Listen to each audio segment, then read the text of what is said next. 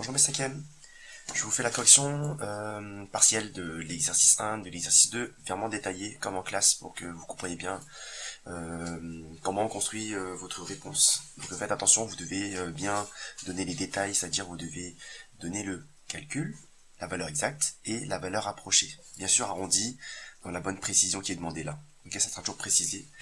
Donc je commence par celui-là. Ok, donc là, on lit la consigne, c'est marqué calculer le périmètre. Donc périmètre là, je me sers de la formule du périmètre. Donc là, dans votre cours, il est écrit que c'est 2 fois pi fois le rayon. Donc déjà, demandez-vous déjà, est-ce que j'ai tout pas, est-ce que j'ai tous les ingrédients ou pas? Le 2 je l'ai, le pi je l'ai, et rayon est-ce que je l'ai ou pas? Là, dans la question B, oui je l'ai. Il est disponible, je peux juste le prendre. Si jamais on vous donne un diamètre, et ben, c'est-à-dire que vous devez faire une étape intermédiaire, une étape au préalable pour avoir le rayon. Parce que là, on ne vous donne pas dans la question C. Là, on fait la question B. Donc là, j'ai juste à appliquer la formule. Donc 2 fois pi fois mon rayon qui vaut 8. Donc 2 fois pi fois le rayon qui vaut 8. D'accord? Je suis pas obligé d'écrire centimètres. Je peux si je veux. Ok.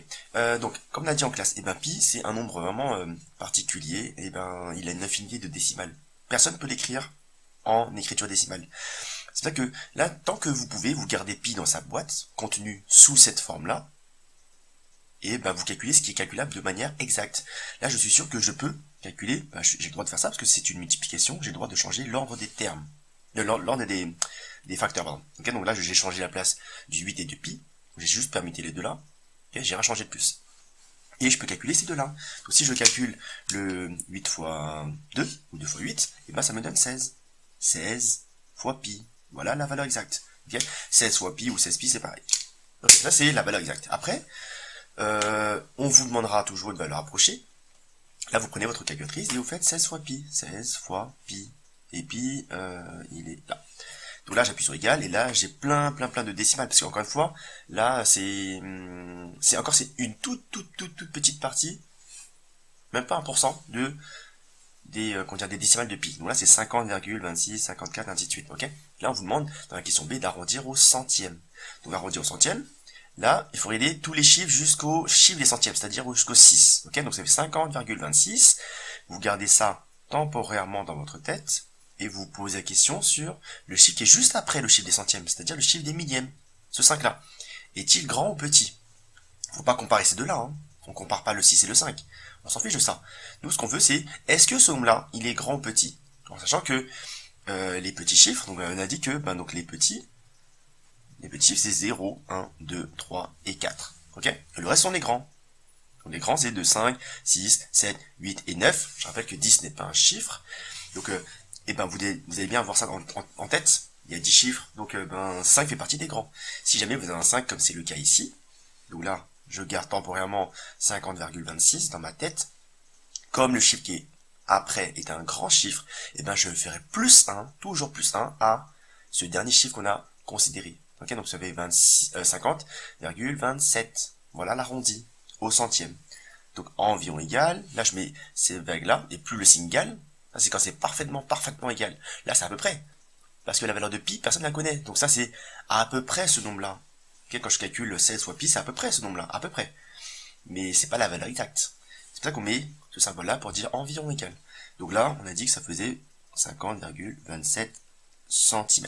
Voilà la valeur approchée du périmètre d'un cercle de rayon 8 cm. Concrètement, c'est-à-dire que si vous prenez votre compas, là vous mettez une croix ici, vous faites un rayon de 8 cm là, vous tracez votre cercle, et il aura une longueur, donc la longueur du trait, la circonférence si vous voulez, sera d'environ 50,27 cm. Vous pouvez essayer pour voir.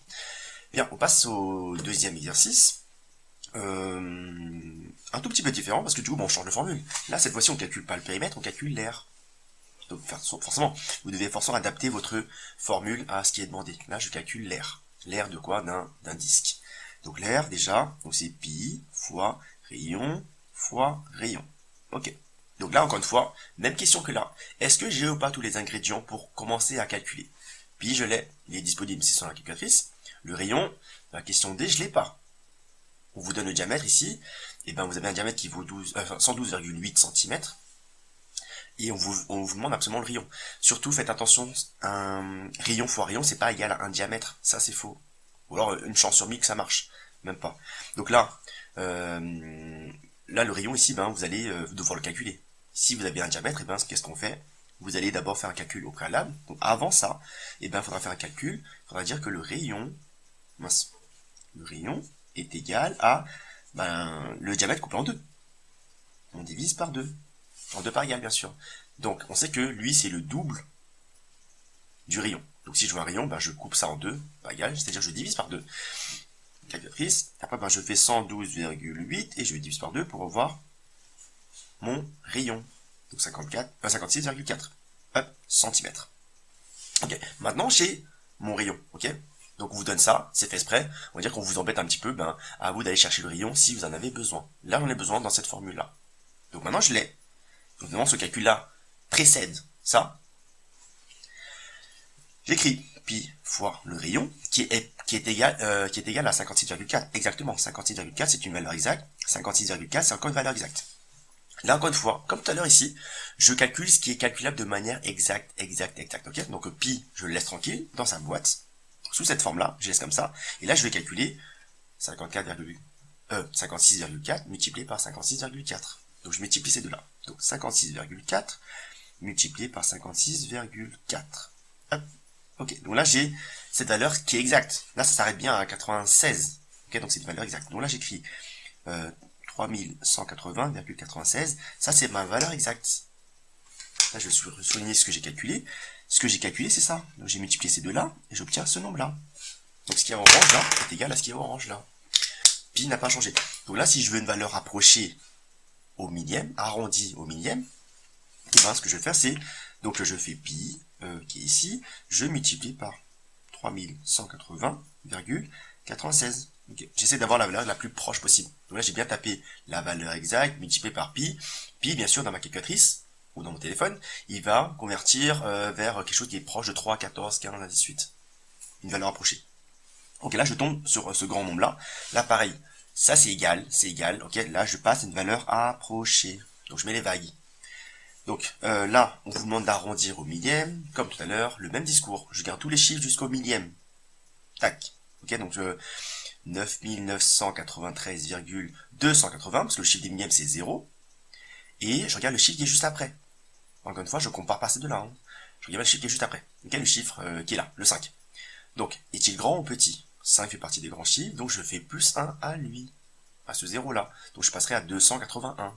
Bien sûr, je garde la partie entière. Donc 9993,281. Et là, vu que vous calculez des aires, et bien c'est en centimètres carrés. Parce que vous avez multiplié des centimètres par des centimètres. Voilà la réponse.